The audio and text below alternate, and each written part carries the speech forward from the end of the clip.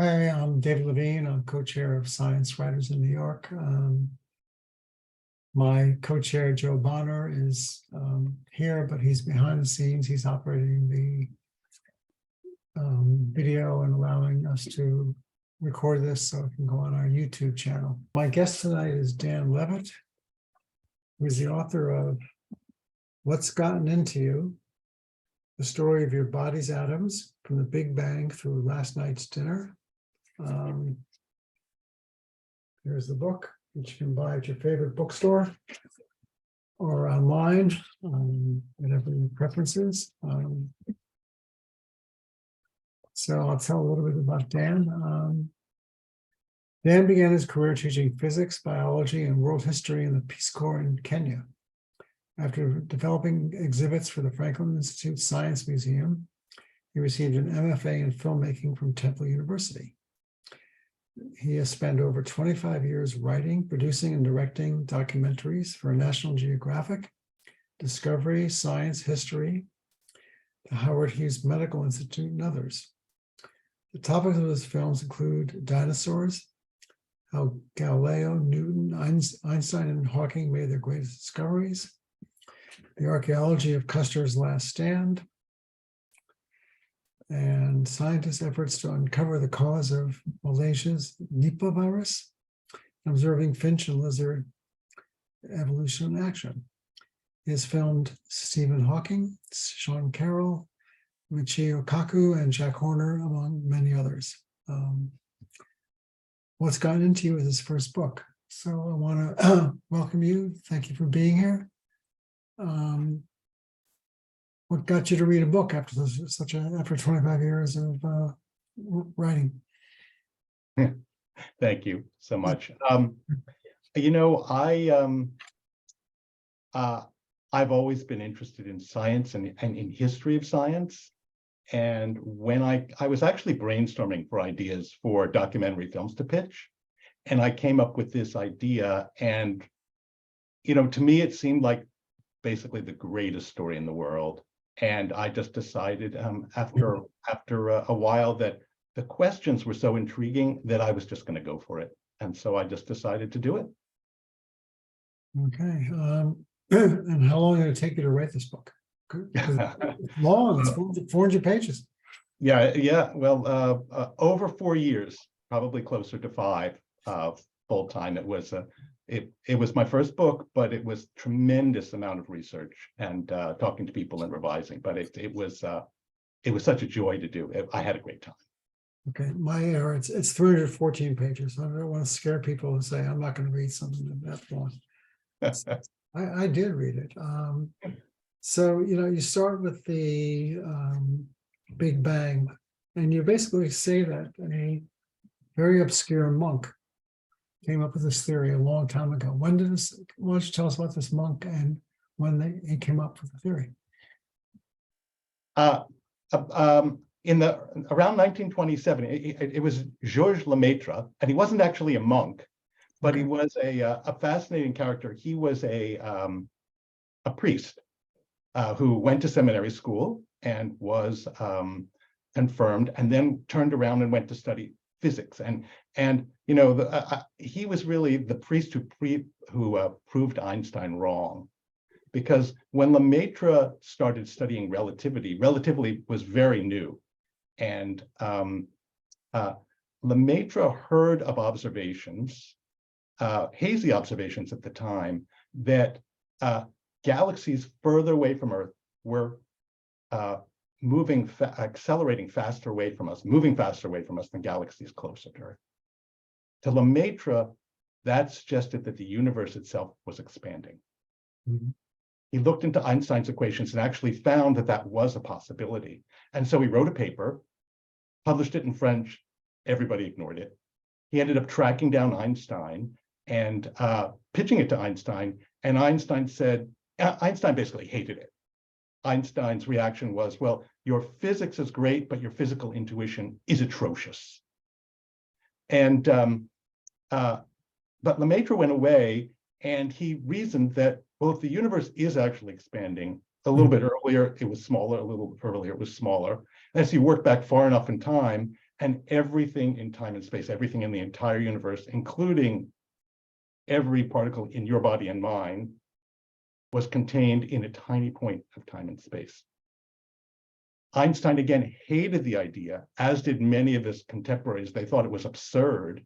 But Einstein, after talking to Hubble, who came up with much more definitive observations, and talking to Lemaitre and others, ultimately came around, and that was the genesis of the Big Bang theory. So, of course, now when we have the James Webb Telescope, and we're saying, well, our images can peer back to almost the beginning of time, of course, it's all dependent upon essentially the Big Bang theory and Lemaitre's work in convincing Einstein. So how did Lemaitre balance being a priest and also being a scientist? And how did the church react to him? He was from a young age interested in science and in religion, and he went to a Belgian university that had Augustinian teachers, and they taught him at the time that there was no conflict. So he got an undergraduate degree in physics, went to seminary school, then with his cardinal's blessing, went to England, to Cambridge, to study relativity with Eddington. And Lemaitre, when he was asked about whether there was a conflict, his response was, well, science is to tell us about the natural world, and religion is to tell us about salvation. Now, the funny thing about it is that Einstein, one reason Einstein hated Lemaitre's theory was because it reeked to him of religion. The idea that a priest was telling that the universe began with a single event, it seemed too much like the account of Genesis. But Lemaitre always maintained that the Big Bang provides a veil beyond which we can't see. And so he remained a very committed priest in an order for the rest of his life, although he also continued to be a very engaged scientist. So I know, it's hard for people to wrap around obviously the TV show The Big Bang Theory has given some credibility to all this, but I think that that we just came out of it, and atoms are just the key to everything in life that we do, is a hard concept for people to understand. In this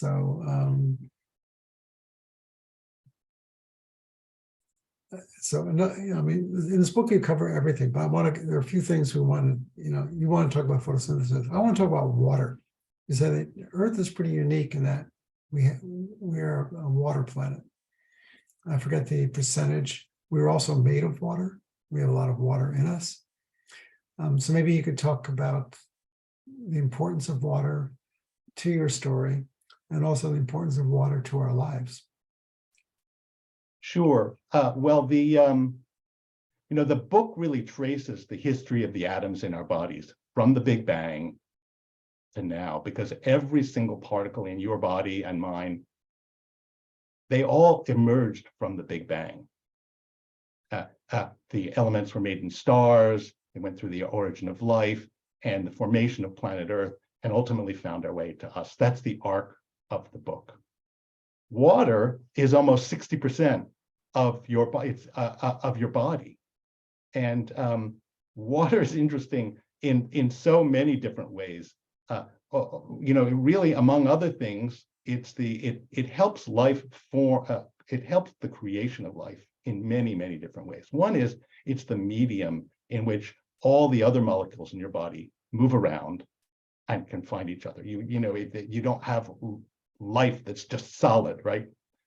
And the interesting thing about water, because of its hydrogen bonds, and hydrogen bonds form and reform something like 1 trillion times a second. They're very weak. And that's what allows other molecules to race through them so quickly. So water is in many ways, because of hydrogen bonds, a unique substance to allow other chemicals to assemble and create things. And by the way, water also helps proteins and other molecules in our and DNA find their shapes. Again, because of the hydrogen bonds. So it's a magic substance in many ways, and the fact that it's here is also unusual, because when the Earth was forming, the region around the sun where the Earth formed was actually too hot for water to be here. So my chapter on water is largely about different theories, the evolution of scientists' understanding of how it was that the water in our veins actually made it to Earth. Another thing, okay, anyone in the audience, if you want to ask a question, please put them in the Q&A box and I will read them. So you talk about asteroids and comets, and I never knew how important asteroids were until I read your book. So can you talk about that a little bit? Sure. Well, you're asking about in relation to water? Well, in relation to life. In relation, right. Well, first, in relation to water, let's see. Asteroids and comets, first of all, were part of the big scramble of large bodies when the Earth first formed, that were crashing into each other, that created planetesimals and then planets, including planet Earth. So asteroids and comets brought water to Earth, some water to Earth. And in fact, some people think that very, very large asteroids at a particular point in Earth's history brought most of the water that's in our ocean. But then in addition, they might have also brought organic molecules. And in fact, there are people who think that organic molecules could even have been created by the impact of comets on Earth's surface in the early days, or they might have actually created ideal conditions for the first life to form. So they were very important in Earth's early history. The one thing that's interesting is that Earth is 4.5 billion years old. Until about 3.8 billion years old, Earth was bombarded by asteroids and comets.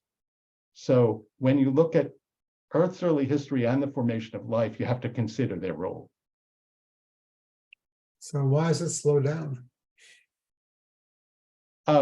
Because when the solar system first formed, there were smaller particles that collided and made bigger ones and bigger ones and bigger ones. At a certain point, you had comets, asteroids, and planetesimals, which were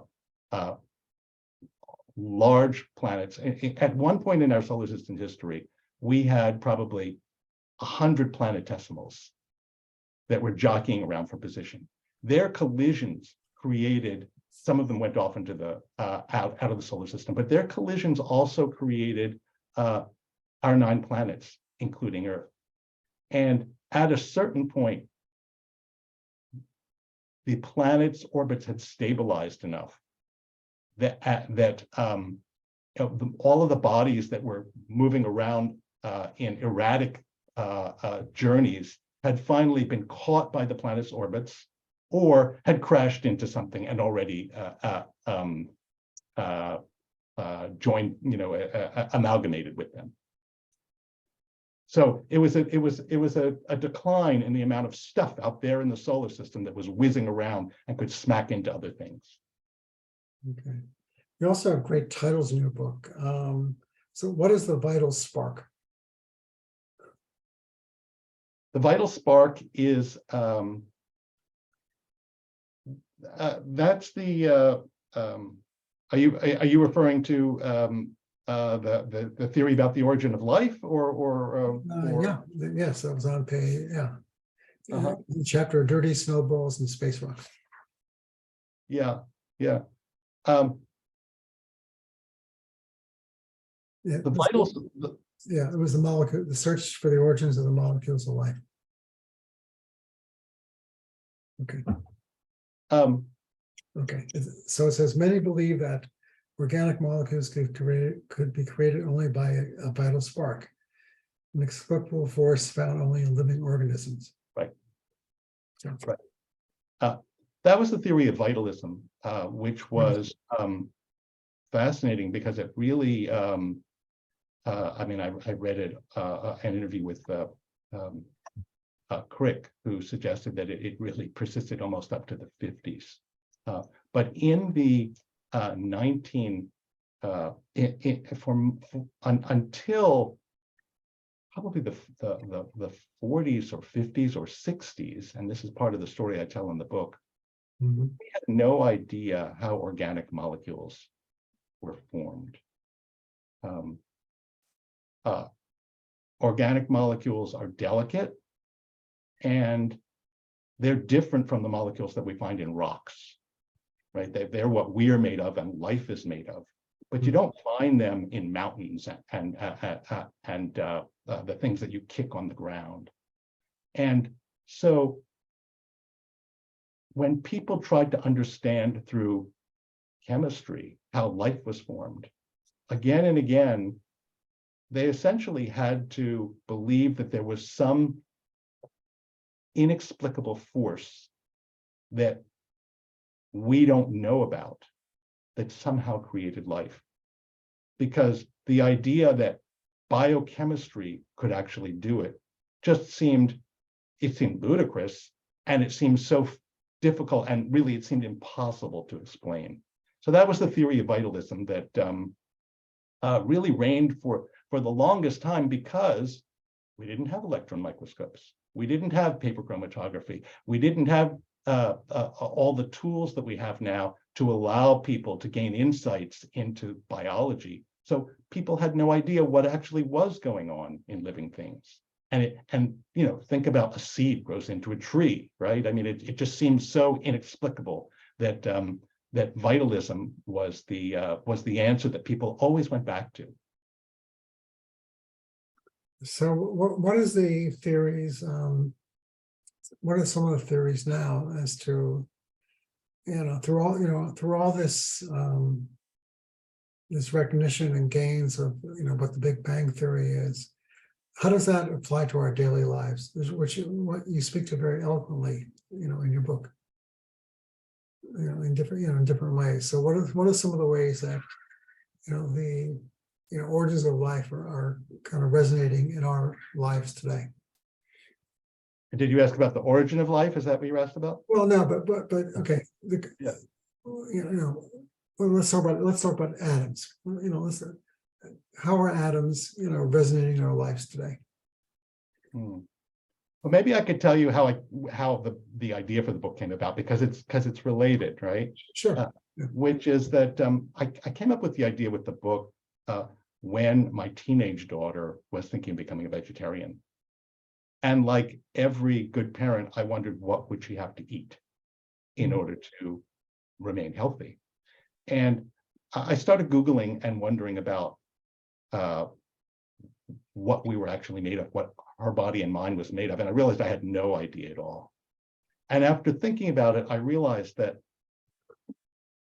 and a lot of Googling too, that every single particle in our bodies came from the Big Bang 13.8 billion years ago. And the journey that they went through to get from there to here must have been incredibly epic.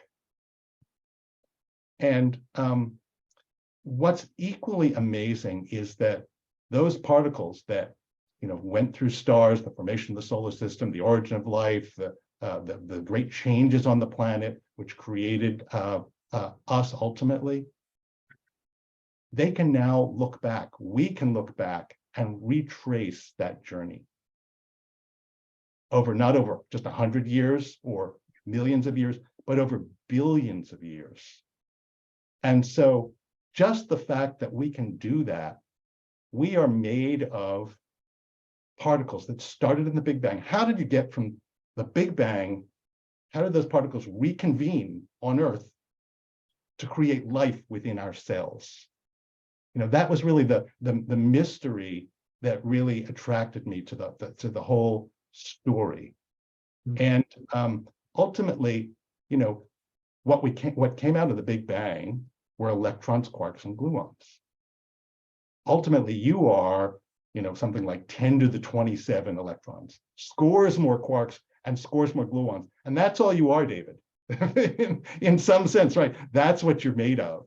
But of course, in stars, they made we had hydrogen. They made hydrogen, and in stars, hydrogen made the other elements that we're made of. They found their way to Earth, and they created us. But we are products of the Big Bang in a very profound way, and I just find that, you know, I just find that very mysterious and awe-inspiring.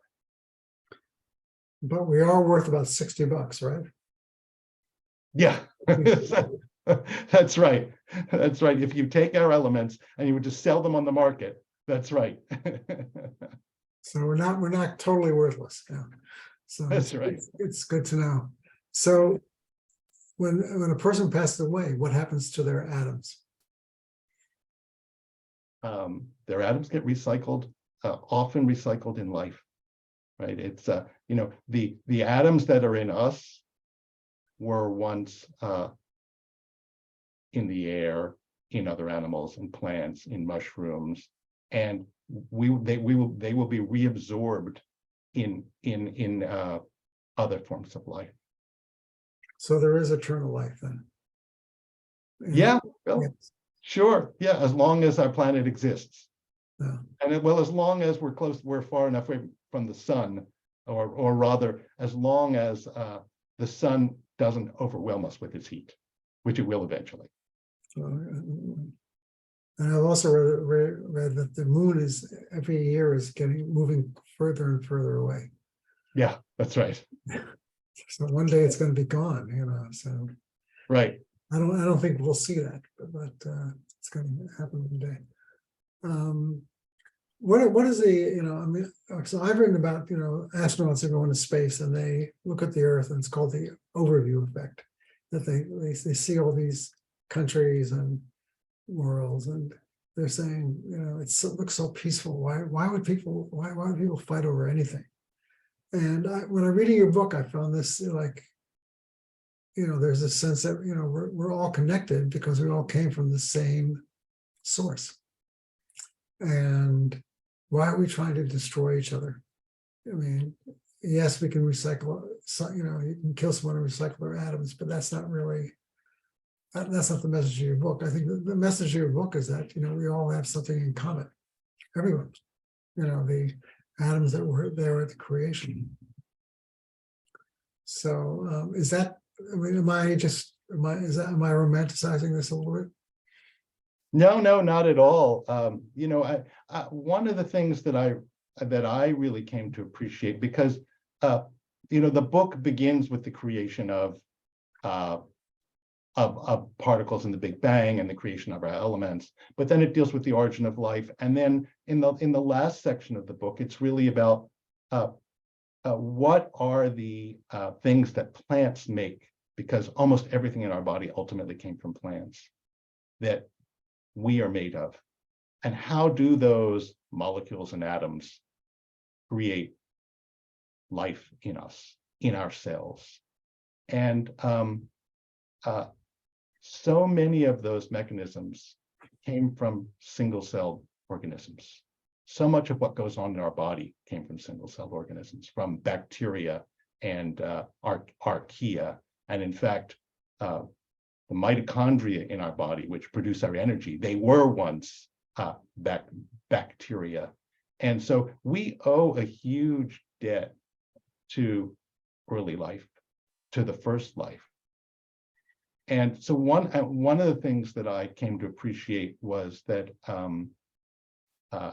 single-celled organisms are amazingly complex and really deserving of respect in and of themselves. And our bodies, we're each made of 30 trillion cells. We're basically colonies of cells.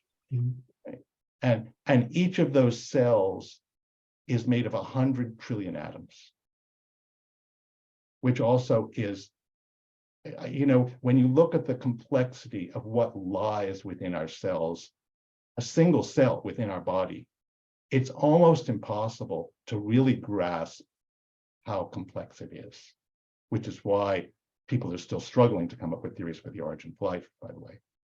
And so that's really, in a sense, getting back to your question, it's given me, really a profound respect for all life.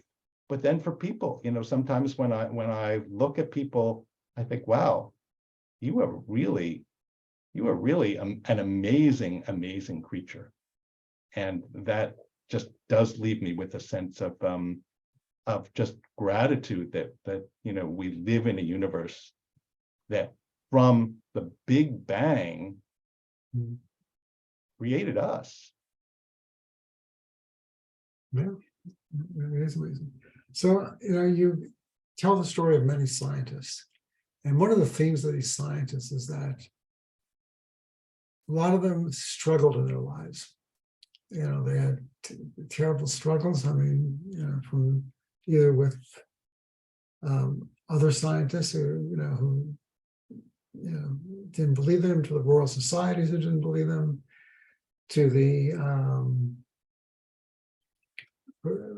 dealing with religion, and kind of what we're seeing today is that some states want religion to be kind of ruling, or their religious values to be ruling, what we read and what kind of science is taught and what kind of history is taught. But these a lot of these people really were affected by tyrannical regimes, but also they also had their personalities. They were kind of loners. Some of the most successful scientists were really loners, were not very well respected, in their lifetimes.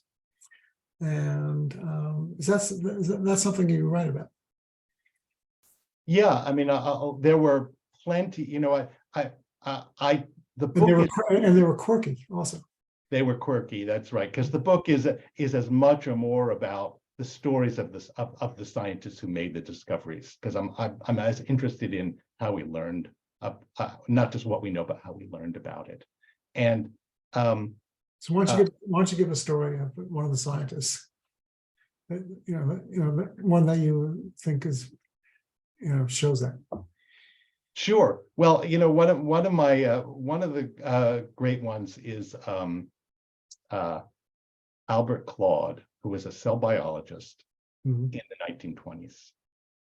So Claude's mother died from cancer, and he wanted to know how it was, what was going on in the body, what was going on in the cell that created cancer. That's what brought him into research. But in the 1920s, when he looked in a microscope at a cell, all you could see was a nucleus, DNA, something called a mitochondria. They had no idea what it did. Something called the Golgi body. People thought it was probably an artifact of the staining process. That was it. Right? That was all they saw in the cell. Claude wanted to know more, and he knew that the microscope would tell him nothing else, because microscopes had already reached the limit of their magnifying power. So he came up with the idea of crushing cells and using a centrifuge to centrifuge the slurry. And it divided into levels, into layers. Then he took each layer and centrifuged them again, and they divided into other layers. And from that, and by looking in his microscope, he surmised that there were structures in the cell that people didn't think were there. People didn't think they were there because biochemists at the time were 100% convinced that what lay in the cell, in the cytoplasm, was a enzymatic soup. It was just a biochemical bog, and all the work in the cell was done by enzymes, which are the proteins that can vastly accelerate chemical reactions. And they thought that was it. That was the only thing in a cell, and that's what gave us life. So when Claude went and ground up cells and then claimed that he found stuff inside, they basically laughed at him and then said, "You've got to be kidding me," because what makes you think that once you do that, anything that you find has anything to do with what was living before? You're taking these beautiful cells and you're making mush out of them, and then you're telling me you find something in them. But Claude, through his techniques, was able to find mitochondria. He was the one who came up with the phrase that mitochondria are the powerhouse of the cell. And then he took another step, because in the 1940s, during the war, he was the first person to use an electron microscope to look at a cell. And there was only one electron microscope in New York City, and he got access to it. And all of a sudden, with the electron microscope, these purported structures that he claimed were there, scientists could see for the first time. So they discovered there really were mitochondria. There were Golgi body. The Golgi body was a real thing. There were lysosomes. There were other organelles and things in the cell that nobody dreamed about. Everybody was extremely skeptical about this. And so, I mean, in a way, he really brought cell biology into being through his techniques. Now, there were other people who used the techniques to make greater advances than he. But those techniques, his centrifuge allowed people to isolate the enzymes in his structures, and the electron microscope allowed him to see them and pinpoint them. And when you put the two techniques together, it became a very powerful way of discovering what's in our cells. So now we know that our cells contain all kinds of highways and all kinds of kinesin and myosin, these nanomachines in the cell, all kinds of organelles that contains energy producing factories and garbage disposals and a tremendous number of very sophisticated structures that we once had no idea about. And in fact, now that we've pinpointed these structures, this is the basis of much modern medicine, because once we understand that these structures are there, then you realize, oh, for almost every structure, if there's a defect, that could be a cause of a different disease. But the way I tell the story is that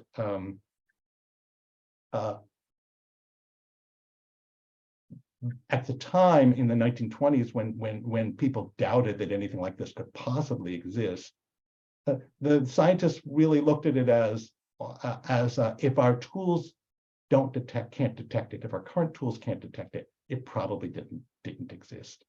And Claude, instead, I listened to an interview with him that I found in the archives at the Rockefeller University. He basically said, well, I wanted to look in the cell and I couldn't see anything with a microscope, so I decided to break it up to see what was inside. And that's what he did. So I do have a question from the audience. Can you talk about the differences between planning and outlining a documentary film versus a book? Imagine you do a lot of research for the documentaries, but then other people are talking on screen. Well, that's an interesting question, because one of the ways that I was able to make the leap from writing documentaries to writing books is because when I did science documentaries, I approached each story as a scientific detective story and a mystery. And that's the way I thought about this book. Each chapter answers a different mystery. How did we learn that there was a beginning to time? How did we learn what the smallest particles are in our body? How could you possibly find something that we now know is hundreds of trillion times smaller than an atom even? So there's a sense in which writing the book with its 14 chapters was like writing 14 scripts for films, because it required the same kind of starting from nowhere, doing research, calling scientists, saying, I don't understand this. Can you help me put the pieces together, and then refining it. But I did try to interview as many people as I could. Not so much historians, but people who were attached to our current theories, as well as many scientists who came up with those theories. So I interviewed Thomas Cech, who came up with the idea of ribozymes, which is an important aspect to origin of life. I interviewed Mike Russell, who was another wonderful origin of life researcher. So I did try in the same way to interview people who were really part of the story, and where I could to use quotes from them in my book, as I would have in a documentary. Which one is harder to do? I can't say that. They're both challenging. Woody Allen once said that whenever he's doing, he wishes he was doing something else. He said when he's writing a book, he said, when I'm writing a book, I wish I was doing a film. When I'm doing a film, I said, you know, I really should be writing a book. Well, that was a great comment, you know, because when I'm doing something creative, I said, you know, I really need to do something. We're going to be making some money. And then when I'm making some money, I said, you know, I should be doing something creative at the same time. So it is, yeah, it is a, you know, it's a hard, you know, it's a hard thing, but either way, you have to do a lot of research, a lot of Googling. I guess, you know, Chat GPI just came out and you really couldn't just ask Chat GPI to write your book for you. So not that, you know, it probably would, but. Well, not exactly. One of the interesting things about doing the research is that because it's very much about how we learned things, many of the scientists that I consulted were old, because, you know, like I interviewed Franklin Harold, who, you know, knew the biochemist, the brilliant biochemist Peter Mitchell, and he told me that he was one of the first people to sign on to Mitchell's theory of how energy is created in our cells in the US. And so, you know, he could tell me what people thought at the time, which was the 1950s, or in this case, it was the 1960s. And so chatbot can't do that. Chatbot can't call up scientists yet and ask them, you know, what it was like back then. But, you know, maybe it'll be able to do that in the future. Well, I've gone to the Lindau Nobel Laureates meeting, and the Nobel Laureates are pretty old because, first of all, they don't get really honored for their work too much later, most of them. But they do have, you know, a wide variety of, you know, knowledge to go back and stuff. I want to talk about, you know, the moon landing, and, you know, you talk about how NASA scientists were not sure that the spacecraft would just, you know, land on the moon and just be swallowed up. And my dad, you know, I've spoken about this before, my dad worked for NASA, and I was watching the moon landing with him, and he said, I really hope Neil Armstrong doesn't land, doesn't walk on the moon and just fall right through somewhere. And I said, why would he? He said, well, that's what the physicists told him was a possibility. So, and you address that in your book, that could you tell that story? Well, you know, it's really remarkable before we landed on the moon, how little we knew about the moon. Right. I think it was Harold Urey, although I'm not 100% sure that if I recollect correctly, who, but there was some very prominent scientist who warned that if a lander landed on the moon, because there had been so many impacts, the surface of the moon would be covered by a very deep layer of dust, and the lander would just sink in. Now, as it turned out, there was a remote, non-manned spacecraft who did go just a little bit earlier than the Apollo spacecraft and land and establish that was not a possibility. But there was so much about the moon that we didn't know. We didn't know whether the big holes in the moon were caused by volcanoes or by craters. It wasn't until the astronauts got there and walked around and brought back rocks that we learned that it actually was craters that were created by all of these impacts. And that was huge, because that told us also a tremendous amount about Earth's history. When they went back and dated the craters that they brought back rocks from, they discovered that they were 3.8 billion years old. And that's how they realized that there was what's called the late heavy bombardment, that after the moon and the Earth formed about 4.5 billion years ago, massive comets and asteroids continued to pelt it and bombard it. And so it opened up scientists' eyes to a new chapter also in understanding Earth's history, which is relevant to the origin of life. Because if Earth formed 4.5 billion years ago, and like the moon, it was being bombarded by asteroids and craters until 3.8 billion years ago, how could life possibly form until 3.8 billion years ago?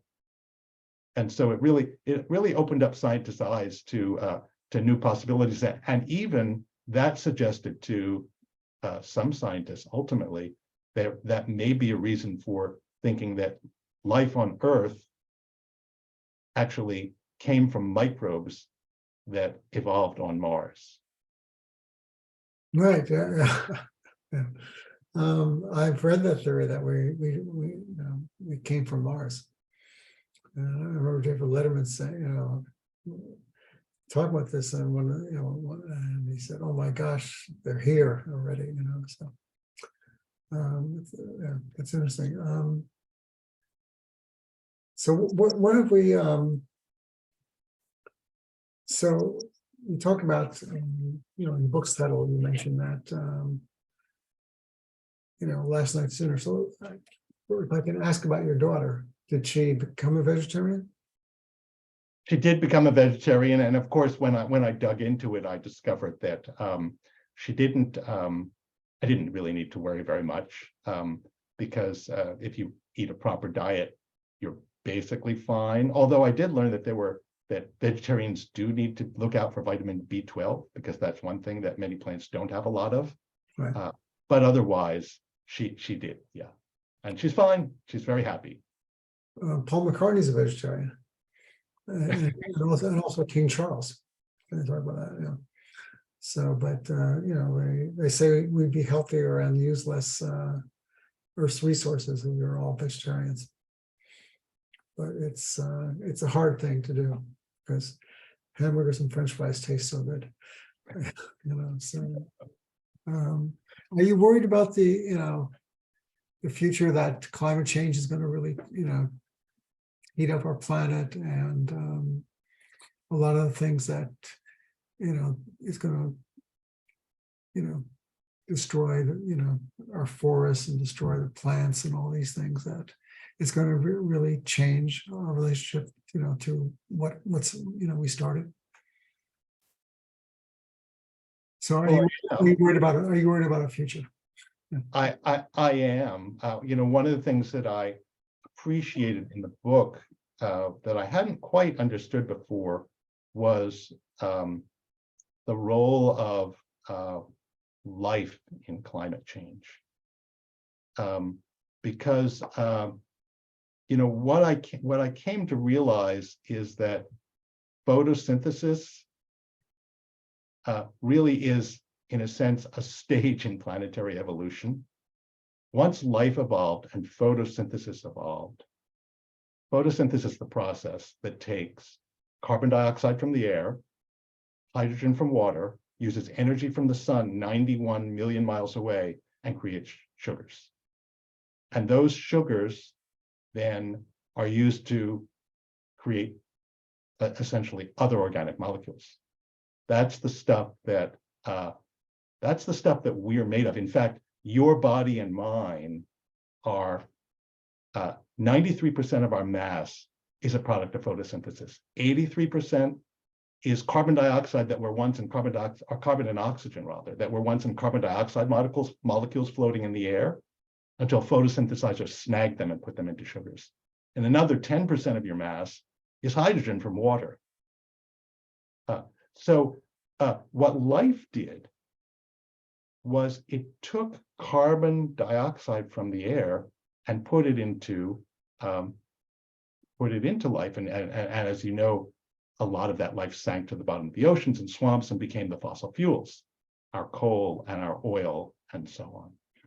So the interesting thing that I didn't really realize is that it's really over millions and billions of years that life and photosynthesis have really terraformed our planet, and really, in a sense, also created a very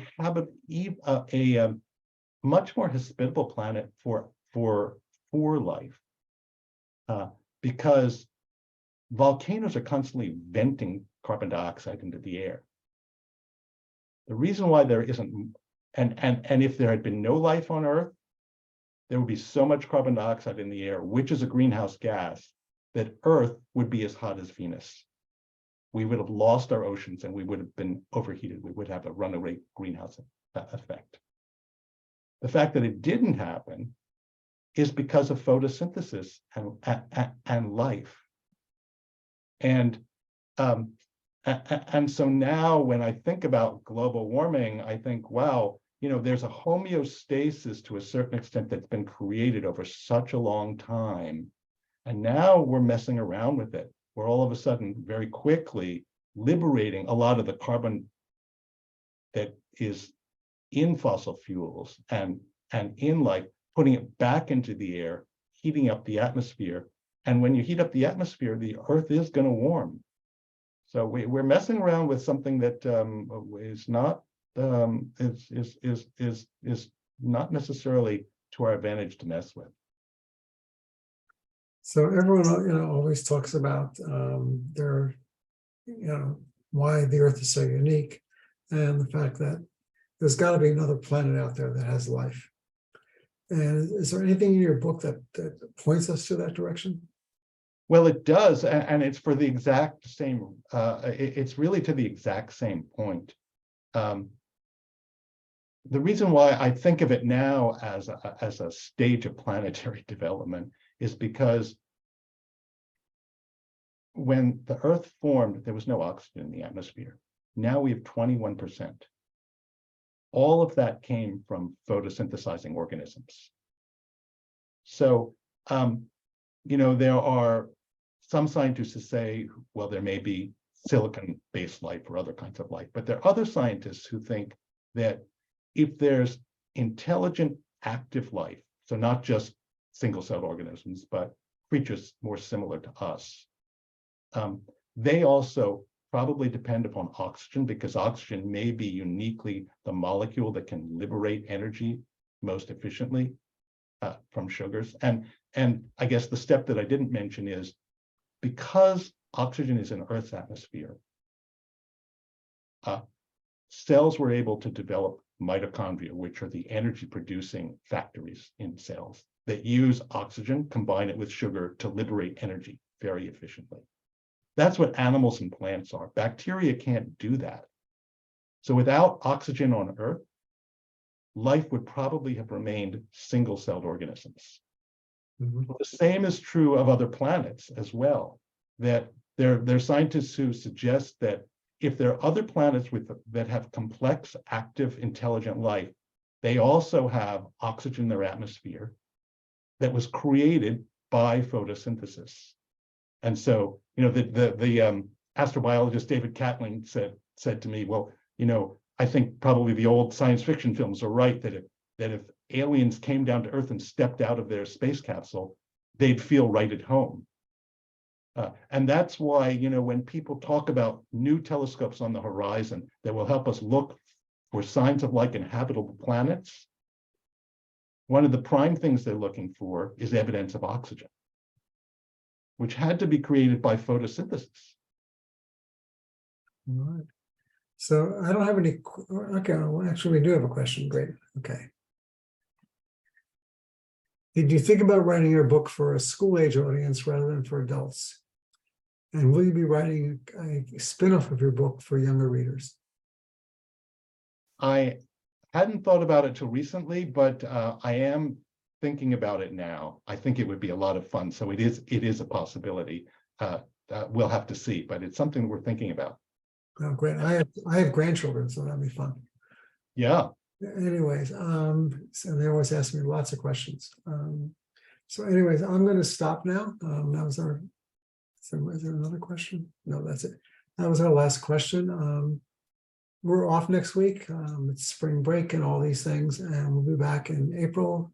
And we're going to talk about wastewater surveillance, which is being used to find pathogens like COVID and all kinds of other illnesses in our wastewater. So anyways, I want to thank Dan Levitt for being my guest tonight. Again, I'll show his book.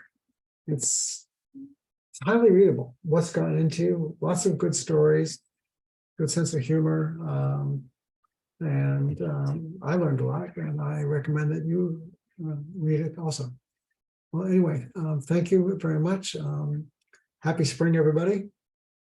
And again, stay safe out there, and we'll see you in April. Okay, thank you, Dan. Thank you so much. This was a lot of fun. Oh, Thanks. great. I had a lot of fun too. Okay, bye-bye.